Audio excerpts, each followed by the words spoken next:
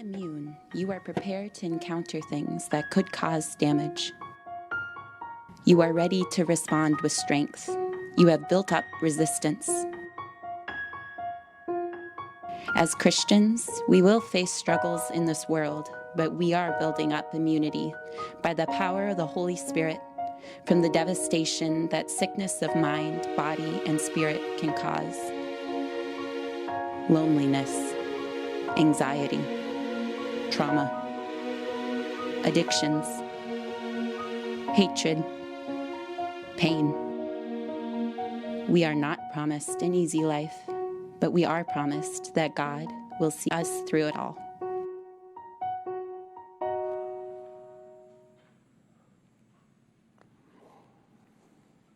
Good morning.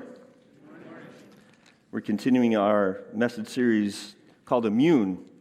And as the bumper said, we're not immune from these things, these issues causing us pain and struggle, but we're immune from them taking over our lives, our minds, and our hearts. And today we're talking about trauma. And as I was reflecting on how to go at this from a biblical point of view, I was moved to the Psalms, and particularly then to the Psalms of David. And just a little introduction before I read parts of Psalm 34. David, in spite of the fact that he was called by God, set apart to be king, and was a man after God's own heart, God says himself, he experienced a lot of trauma in his life. And many of his Psalms actually outline what he was going through at the time. Some of them we actually even have inscriptions that say what was the issue that he was dealing with at the time. Many of them we don't. But I want to read to you from Psalm 34 as we move into the message today. This is a time where actually he's responding to God after God being there for him in the midst of trauma as he was in danger of being killed by an enemy king. And here's some selected verses from that psalm that he wrote. He said, "I will extol the Lord at all times. His praise will always be on my lips. I will glory in the Lord. Let the afflicted hear and rejoice. Glorify the Lord with me. Let us exalt his name together. I sought the Lord, and he answered me. He delivered me from all my fears. Those who look to him are radiant. Their faces are never covered with shame. Taste and see that the Lord is good. Blessed is the one who takes refuge in him. Fear the Lord, you his holy people, for those who fear him lack nothing. When the righteous cry for help, the Lord hears and delivers them out of all their troubles. The Lord is near to the brokenhearted and saves the crushed in spirit. Many are the afflictions of the righteous, but the Lord delivers him out of them all."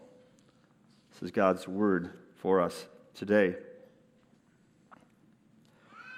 Well, as I said, we're continuing this immune series, and we're talking about trauma. And once again, I looked at that word and thought, man, this is a broad word. And how do we actually understand trauma? I would probably think of a lot of different ways that people think about trauma. And my concern was also, well, trauma is always big, major things, right? How do we talk about this so I'm not talking past people? They feel like, oh, this isn't about me. Well, I decided I should look up trauma definitions and kind of read about it. And here's what I learned. There's a lot of different ways to define trauma, but I came down that there were kind of two different categories of definition. And the first one has to do with trauma meaning a distressing experience. And so here's a definition that I have for you. It's defined as a deeply distressing or overwhelming experience that can have significant and lasting negative effects on a person's physical, emotional, and cognitive well-being. So trauma is an experience. A negative experience that raises up all sorts of negative emotions. It can be physical. It can be like an injury or an illness. It can be more emotional. It can be experiencing a divorce, the loss of a loved one, loss of a job. Lots of different things that cause us to be distressed and well up these emotions. But trauma can also be defined clinically as the emotion itself, the emotional response to an experience. This is what I found. Trauma is an emotional response to extremely distressing experiences which can overwhelm our ability to cope. And this can result in lasting emotional damage. So you see, there's trauma, the experience, trauma, the response, the emotion, and there's trauma that can be short-term, and there's trauma that can be longer-lasting, even chronic. But the deal is that it's all about the negative things that happen to us and how they affect us. I think about this second version, and I think second definition, I think about, that's how I've heard it used a lot, is to say someone was really traumatized by that, or I was really traumatized by that. It's that emotional response to the difficult time that someone is going through. And as I reflected on this then more, I thought, you know what? We all deal with trauma. I could start thinking of all sorts of things I could say fit in my life from being a kid on that fit these definitions of trauma.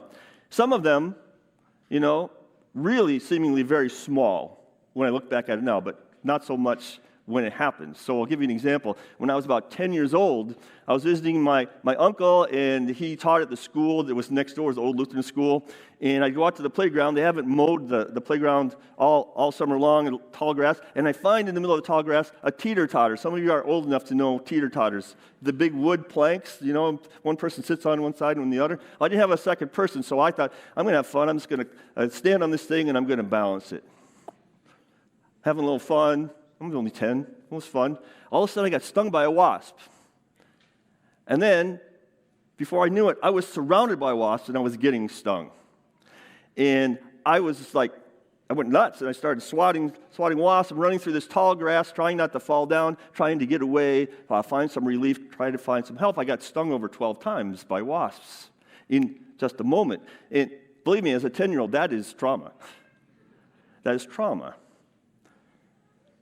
But I think about trauma and I think, well, I know all sorts of people that had so many bigger things in their lives than me. Maybe I'm really not the person to talk about this, but I continue to think about trauma of myself and my life. And I remembered something a little more significant, that as an adult, when Marley and I first learned that our youngest son, Dan, he was about 3, he had a hole in his heart that needed to be repaired. That meant open heart surgery. That was trauma for us. And I tell you what, it was even more trauma when you're in the waiting room and the nurse comes out and says, okay, they've stopped Dan's heart now. And you feel hopeless and helpless to do anything for your child because you're counting on a machine to keep him alive. You're counting on the doctors to know what they're doing. But more than that, I knew that I could count on God that he loved Dan more than I did, and that he loved us, that he would see us through that. But that was definitely trauma for us. And I use this, again, to illustrate, and you're going to hear this over and over probably, we are not immune from having trauma happen. It's part of living in a broken world. God does not promise even Christ followers that bad stuff won't happen. It's going to. Trauma is very real in our lives. Trauma is painful. And here's the deal. We don't get to decide what is trauma for somebody else. There are plenty of things that happen to someone where I might think, well, that's not that big of a deal. But for them, for whatever reason, their situation, it is very traumatic, and we need to keep that in mind. So trauma is really kind of in the mind and the heart of whoever's experiencing it. And trauma, we learn, has great power to cause damage, lasting damage sometimes. You likely know someone who is carrying around some emotional issues because they experienced trauma and never really have been able to let go of some of the struggles with that. It might be as simple as an irrational fear. So like I know some people who have had similar experience to me in my wasp incident, and they're freaked out by bugs in general, but if there's a stinging kind of bug anywhere close, they're gone, right? This was not a lasting traumatic experience for me, although I will admit, I'm pretty convinced that wasps just don't like me. And I don't think it's from the trauma, you see, because it was later on, I've been stung by wasps, I can't tell you how many times. I used to work at a state park in the summer, and I would get stung, But more than that, I would get stung when there are other people around, and they didn't. I could tell you 2 different times where I actually saw a wasp in a wasp nest, and I actually saw it come flying right by the guy next to me or in front of me and hit me and not him. Wasps don't like me. But trauma, it has this power. It can cause all sorts of effects, short-term and long-lasting. Psychologists will tell you that there's a long list of negative psychological effects that traumatic experiences can trigger. It can cause us to develop a victim mentality, a sense of paranoia. It can make it difficult to trust others. It can lead to a sense of hopelessness and despair, low self-esteem, anxiety. It goes on and on. And more than that, what trauma can do is, because of those very powerful emotions, it can cause us to cope with harmful strategies instead of helpful strategies.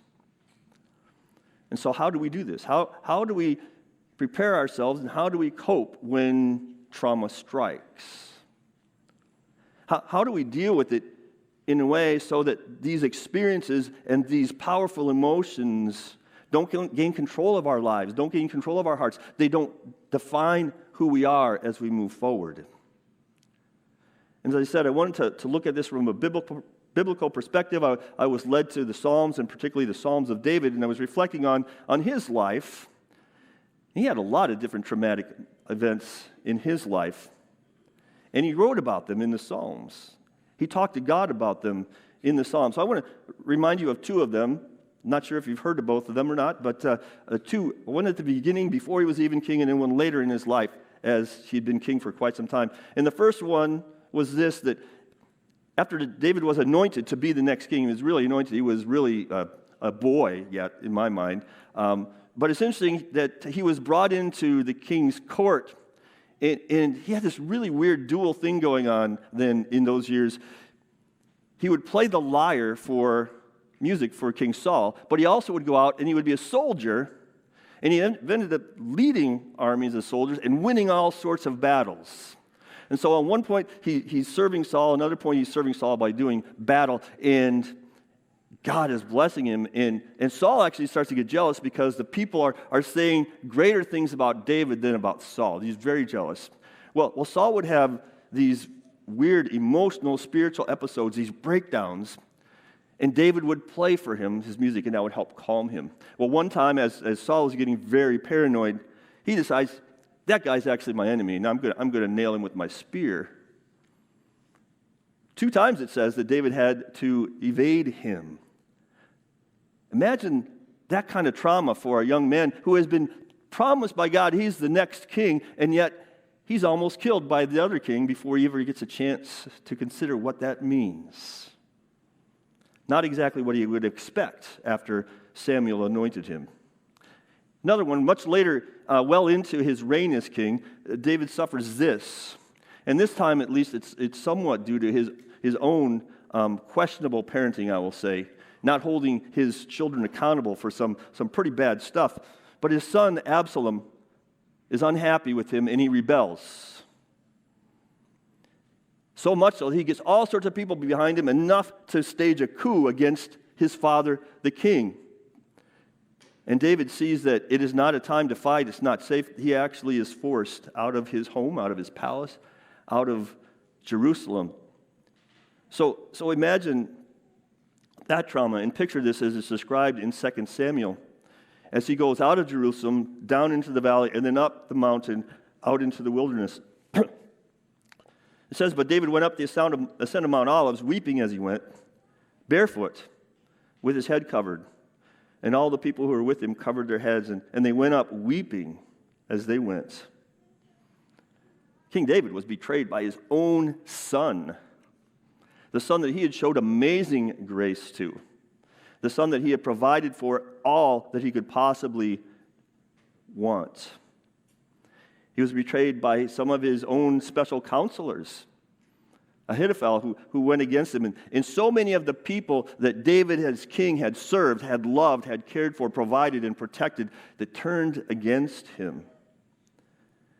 And he's off in the wilderness weeping. That's trauma. And this is David, the great king, the king of the golden years of Israel, the king chosen by God, the king that God said is the man after my own heart, and yet he experienced significant trauma. But I believe we can learn then from David how he coped with this in his life as we look at some of the Psalms that he wrote. When he was feeling overwhelmed, when he was unable to cope, he was not afraid to name it. He was not afraid to lay it all out before God, all of his emotions, even his anger and his frustration. First bit here from Psalm 6. Have mercy on me, Lord, for I am faint. Heal me, Lord, for my bones are in agony. My soul is in deep anguish. How long, Lord, how long? Turn and deliver me. Save me because of your unfailing love. I'm worn out from my groaning. All night long I flood my bed with weeping and drench my couch with tears. My eyes grow weak with sorrow. They fail because of all my foes. That's rough. Are we willing to lay it out like that to God? Are you willing to let him know what's going on in your heart, to name how you feel lost? Are you willing to express that? Or do we pick up on the culture of the world that says, well, you just got to pretend that you're doing okay. You got to pretend I'm self-sufficient. I can handle my emotions. I'll be okay. Or maybe you don't want to lay it all out because you're afraid God won't handle well your emotions. Maybe it's because you have anger towards God or frustration with God, and you're afraid that that's not going to work. Or maybe you think he's not listening anyway, obviously, so what good will it do? But David shows us God is ready for whatever we need to share with him in our anguish, in our anxiety. He hears, and David expects and trusts that he will respond. Take a look at then Psalm 5. He says, listen to my words, Lord. Consider my lament. Hear my cry for help, my King and my God, for to you I pray.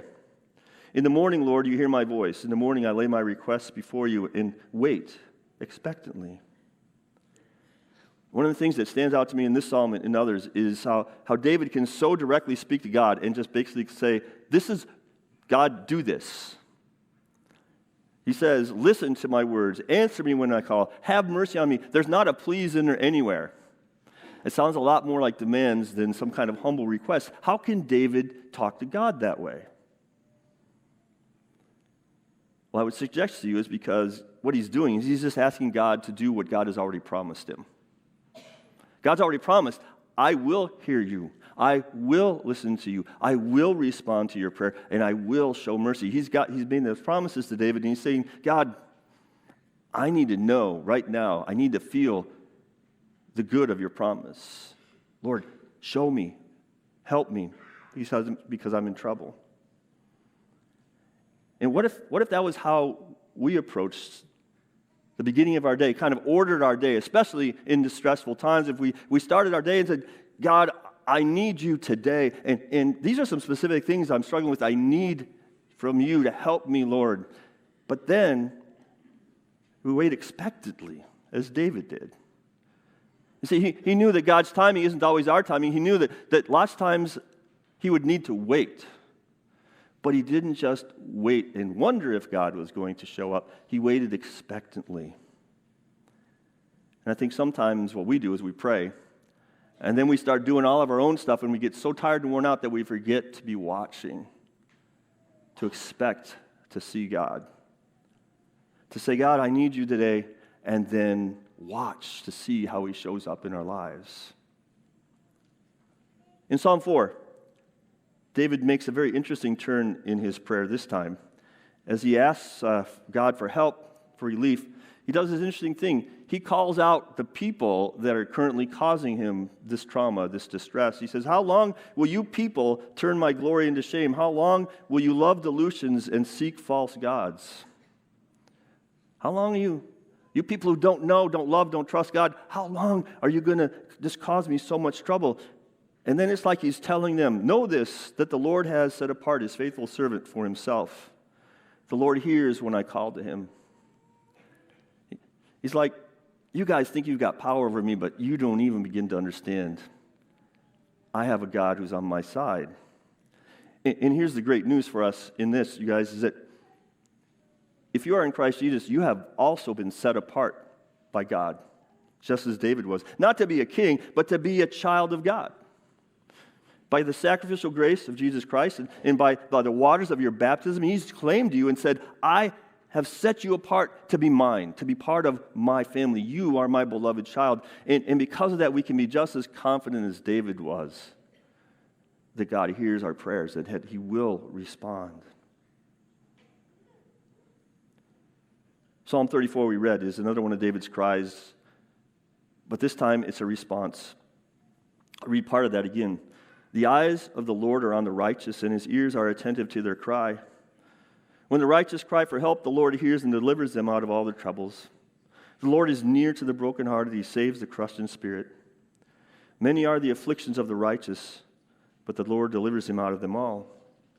The Lord redeems the life of his servants, and none of those who take refuge in him will be condemned. David recognizes that it doesn't matter how righteous you are. It doesn't matter that even though you have been called by God, made his child, set apart, you're not safe from trauma. You're not safe from problems caused in this dark world. Sometimes it's problems we cause ourselves. Sometimes it's caused by something else or someone else. But he knows from experience. He knows from experience that even in the worst situation, the most broken heart, God will hold in his hands and he will heal. The most crushed in spirit, God will raise up and will strengthen and empower to endure through the darkness. Many are the afflictions. Many are the afflictions of the righteous. By the way, the Hebrew word behind afflictions is simply a form of a word, Hebrew word ra, which means evil or bad. Much is the evil, the bad that happens to the righteous, God says. So we can be prepared for it. And what the devil would like to do when we're struggling with traumatic things, he wants to try to convince us all sorts of things that are wrong. He will lie to us, and he will seek to convince you that trauma you're experiencing now, it will destroy you.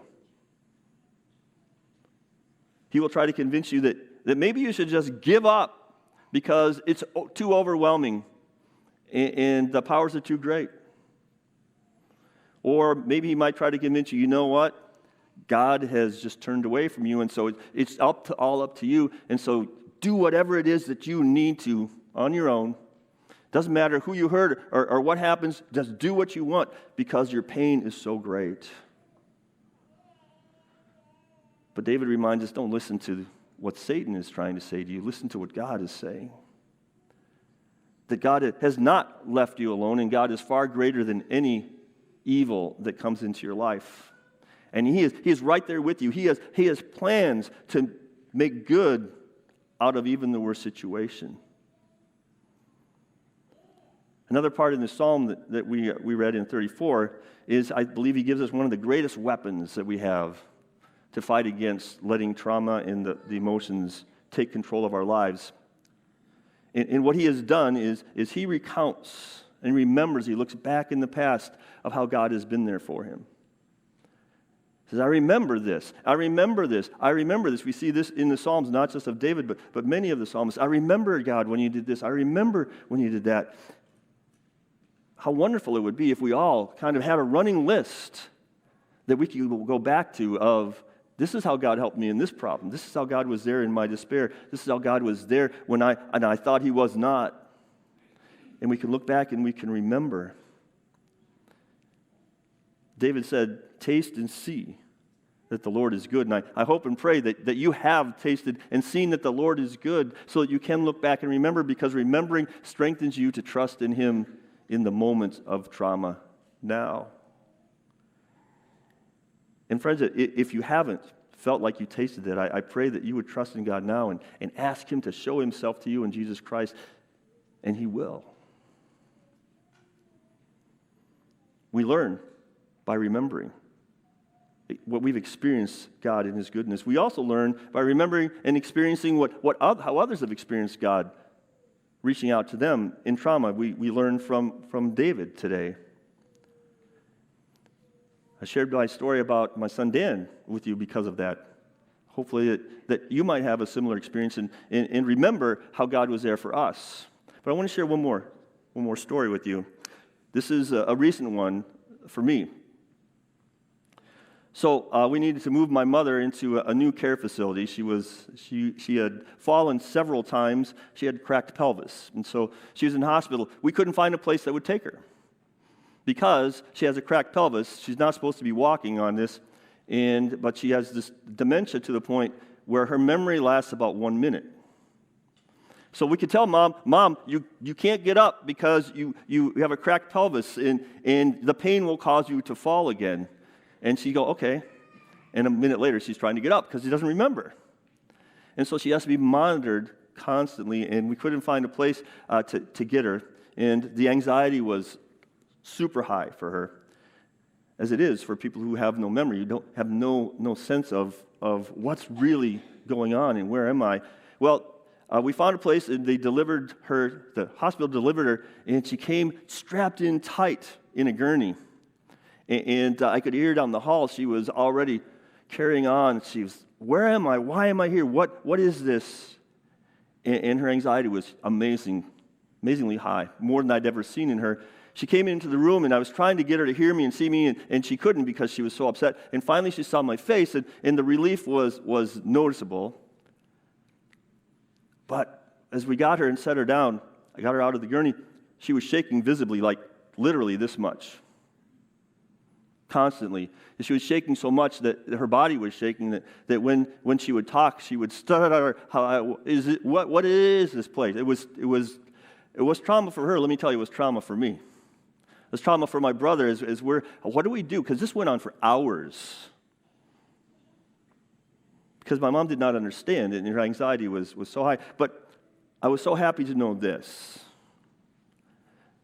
I was happy to know that my mom knew where to go with her anxiety and her fear.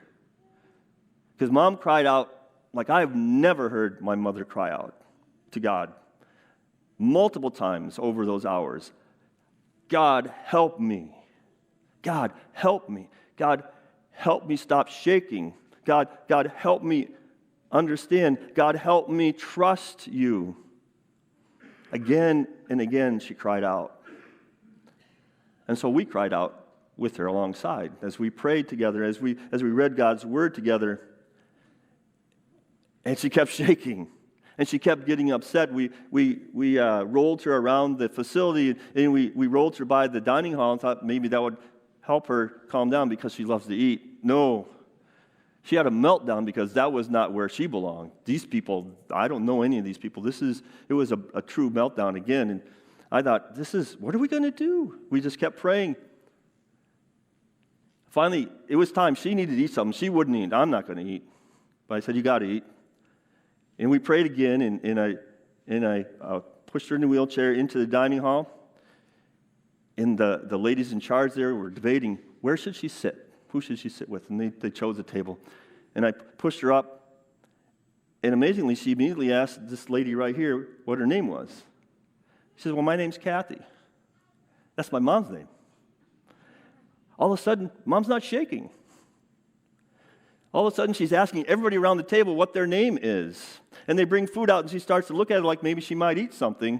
And this is the kicker. She turned to me, and she said, you should go now.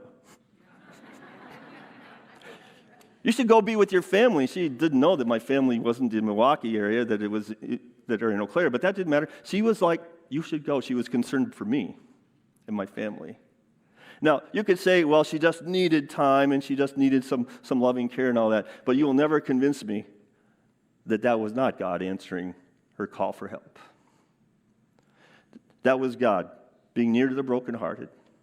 That was God saving the crushed in spirit. Now, one final point. I do not want to leave the impression that bringing our trauma and our distress to God suddenly makes everything right. We know that that's not true. God is our first, He is our most powerful weapon to deal against trauma and traumatic emotions that would seek to take over. But we are more than spiritual beings. We're physical beings. We're emotional. We're mental beings. So it is important for us as we wait for God expectantly and as we cry out to Him to recognize there are other things that we can do, and in particular to remember that He gives us all sorts of people that we can reach out to. And so, as we cry out to God, we also need to cry out to others. Ask for help from family and friends and let them know what's going on. Medical and psychological science knows so much about how the mind works these days, how the body works, how they work together. And so there's very effective help available for people who are struggling, dealing with traumatic experience, dealing with these emotions. Don't overlook the help that God provides. Reach out for it and trust that is one of the ways that God shows Himself to you through other people.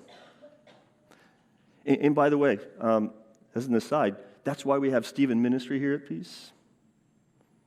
That's what Stephen Ministry is about. Stephen Ministry is about helping you to have someone who knows and loves Jesus come alongside you in your anxiety, in your distress, and being a Christian friend to help you remember that Jesus is there and that that they're there for you. So, friends, if you're struggling or you know someone who's struggling, please check out Stephen Ministry. We have a lot of people here at Peace that have gone through training and whose hearts are ready to be there for you or for someone else in their distress. Okay, I want to leave us with this powerful passage that is so important to me. The Apostle Paul wrote this, and the Apostle Paul had all sorts of traumatic things happen in his life as God sent him out into the world to share the gospel of Jesus Christ. You know, people stoned him, they put him in prison, they left him for dead, all sorts of things. But this is a powerful passage he gives us in 2 Corinthians. I don't want to just read it. I want us to say this together as kind of a statement of faith. So I'm going to ask you to read it with me responsibly. And we'll close with this. For God, who said, let light shine out of the darkness, has shown in our hearts to give the light of the knowledge of the glory of God in the face of Jesus Christ. But we have this treasure in jars of clay to show that the surpassing power belongs to God and not to us. We are afflicted in every way, but not crushed, perplexed, but not driven to despair, persecuted, but not forsaken, struck down, but not destroyed, always carrying in the body the death of Jesus, so that the life of Jesus may also be manifested in our bodies. For we who live are always being given over to death for Jesus' sake, so that the life of Jesus also may be manifested in our mortal flesh. In our darkest times, we have the light, the face of Jesus Christ, lighting the way, showing us the way. In our weakest moments as human beings, we have the power of God at work in us.